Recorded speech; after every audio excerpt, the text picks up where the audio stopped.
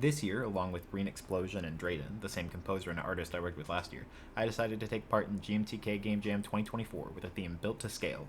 We got started brainstorming a few hours after the theme was announced, and some of our initial ideas were an infinitely scaling factory, a game where your blob eats other creatures and gets larger, or a puzzle game where you try to escape from the same room as creatures of different sizes, and it is a different experience.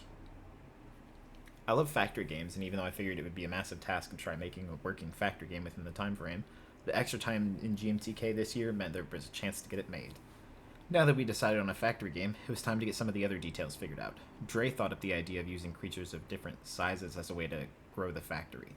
Initially, we would use ants. I like the idea of space, so I wanted to make the end goal of our game that started out with ants to be making a Dyson sphere. With the theming of space and having ants on the brain, Dre got ISS and ISP confused and said that we should call the game Insect Space Program. I was still thinking about other creatures and what materials they could produce for the factory, which got me thinking about getting gold bars from dragons. But wait, says Dre, what if it was a dragon fly?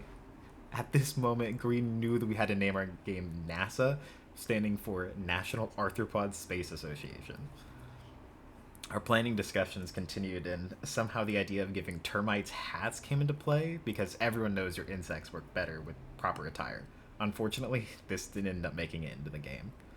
There was still one big thing that we needed to consider, though. How are we going to get the players to progress from one creature to the next? That's right, you guessed it. They offer materials to Mothman, and he grants them the blessing of more creatures.